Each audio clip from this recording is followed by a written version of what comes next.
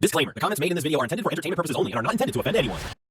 Ever wonder how fast social media can ruin a career? Today we're counting down the most outrageous cases of people losing their jobs, sometimes literally within seconds, because they hit post without thinking. Grab your popcorn. First up, one Gucci employee learns the hard way that should I keep the bag and ghost is apparently not part of the official onboarding policy. Gucci employee was fired after she posted this video.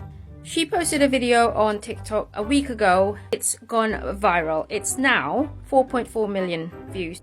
She posted that I now work for Gucci and this is all the things that they gave me for free. She captioned the video as, should I keep the bag and ghost? Gucci has seen the video and they have since fired her and she couldn't get to keep anything. Nothing, not one thing on that video. The moral of the story is don't post anything about your job because you might have missed something on the fine print, on the contract, on the terms and conditions.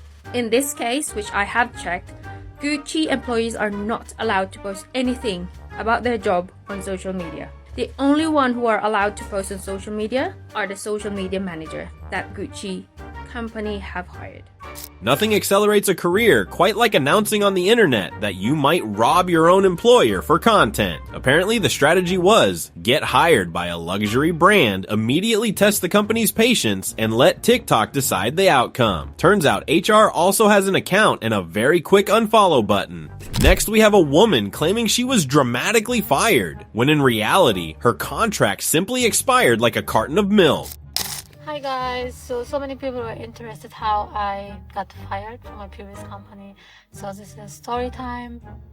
So basically this company has a contract for 1.5 years.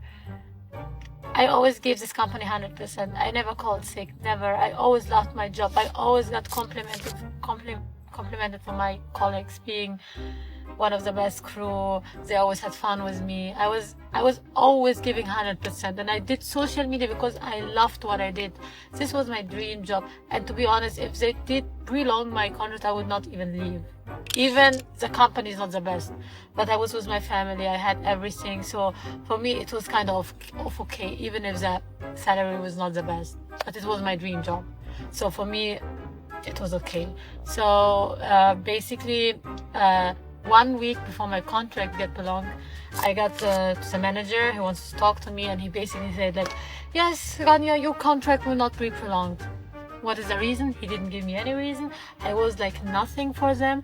I promoted this company. I always give 100%. I always, like, so many people know the company because of me. Okay, I don't want to say it's only because of me, but so many people, I had new joiners telling me I joined the company because of me. Like, I promoted this company, and then after this, the thanks for me is to fire me.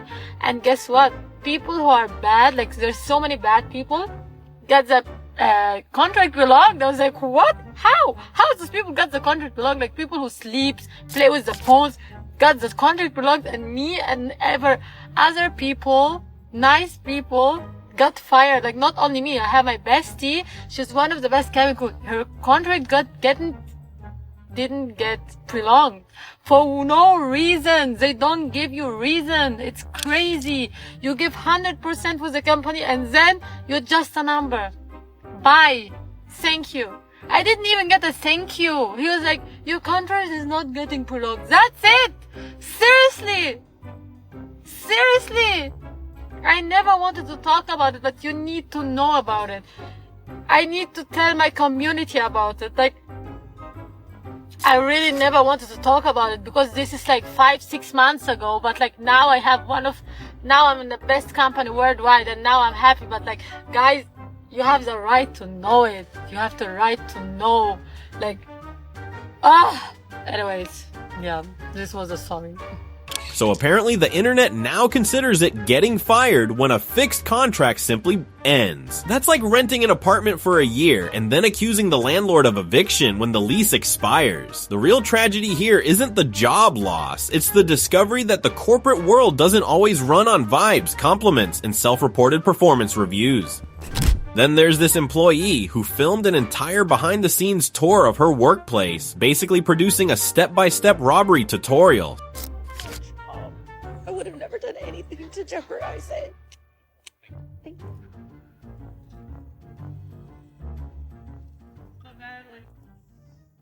would never jeopardize your job? I mean, you basically made an infomercial on how to rob the LAX MAC cosmetics store. You showed us what time you pre-open, you showed us your badge, you showed us where the cash is, and you showed us how much cash there is. It sucks to see people lose their jobs because they're so enamored with the idea of being social media famous that they don't even bother to ask their employer if they can film at work. The fact you got fired for this and still posted the video. Some people treat their workplace like a secure business. Others treat it like a behind-the-scenes YouTube tour. Unfortunately, when your day-in-the-life video doubles as a detailed robbery tutorial, management tends to notice. It's amazing how quickly the dream of internet fame can turn into a masterclass in unemployment. Meanwhile, on a talk show panel, one guest demonstrates an ancient truth. If words are violence, debates are basically war crimes. Really have a right to be treated respectfully. We are unfortunately running out of time, but Peter, I just want to get one final thought from you. Are there words that are used to describe men that offend you? Not particularly, and if there were some I don't like, I certainly wouldn't want them banned, but it always goes back to that old adage, sticks and stones may break my bones, but there will always be something to offend a feminist. Peter Lloyd. No, that's just obnoxious. Peter Lloyd, you have to give me a chance I think we'll let you carry on this That is ridiculous. No, hang on, I won't do your show again. And here we have a classic talk show moment where a simple question about offensive words somehow turns into a philosophical debate about who gets offended more. The man basically dusts off the childhood rhyme, sticks and stones, suggesting that maybe words shouldn't require federal regulation. Needless to say, that conclusion didn't exactly calm the room. But it gets worse, because one influencer decided the internet really needed to hear her story about accidentally killing not one, but 2 cats. I killed my cat. Context, please. I didn't mean to. I was young, I was a child, and I was like swinging my cat around. Like I was just thinking it was like a stuffed toy, and I accidentally let go of it and died from the fright. Yeah. My sister did not speak to me for months. Months, and my mum was fuming at me, and yeah, I killed it. And then if you really want to know more about me, I also killed my best friend's cat.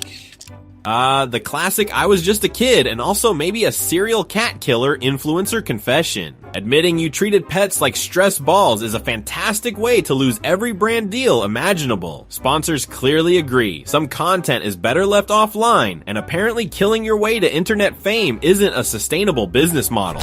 Moving on, here's a TikTok influencer who challenged someone to jump in a lake who couldn't swim and then showed up begging outside TikTok headquarters when her account disappeared. My TikTok account was banned. I have so many cats waiting. Please. I just broke my account. I'm banned. I can't do this. What if I drown? You said you want to jump in. Oh. This is a public apology to the lady I left in the lake and almost ruined her entire life. I'm calling it right now. When your idea of content is, let's put someone in actual danger, don't be surprised when the platform hits the brakes. And naturally the solution, stand outside TikTok headquarters pleading like it's a lost puppy audition.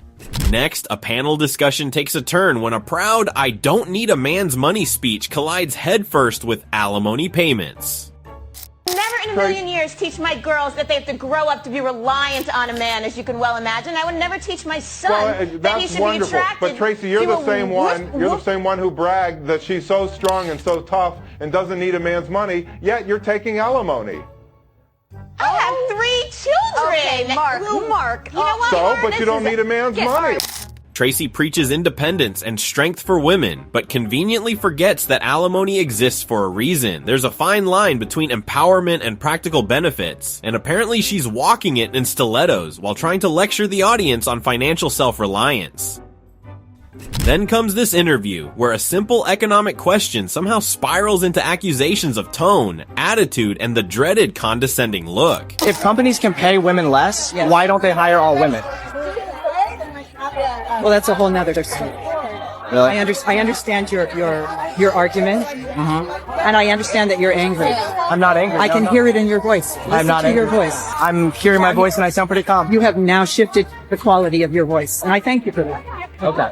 And you've just given me a condescending look, And that's another reason why we need feminism. And now I'm done. And thank you. This performance of calm outrage turns tone and facial expressions into evidence of systemic oppression. Explaining that your voice proves inequality and a condescending look justifies feminism shows how sometimes the delivery overshadows the argument entirely. After that, one newly fired Walmart employee decides the most logical next step is broadcasting a very passionate and very public goodbye message. I ain't even gonna lie.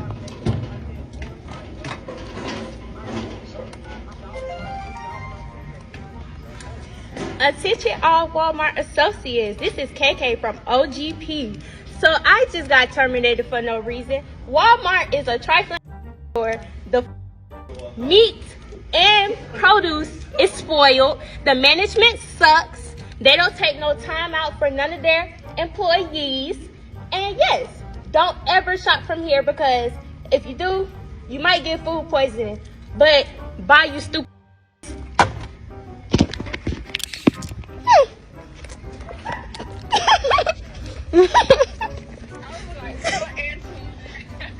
And that's how I don't give a you talking about.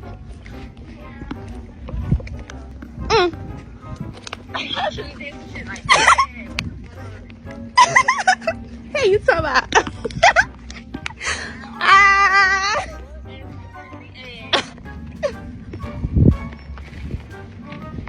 Boom.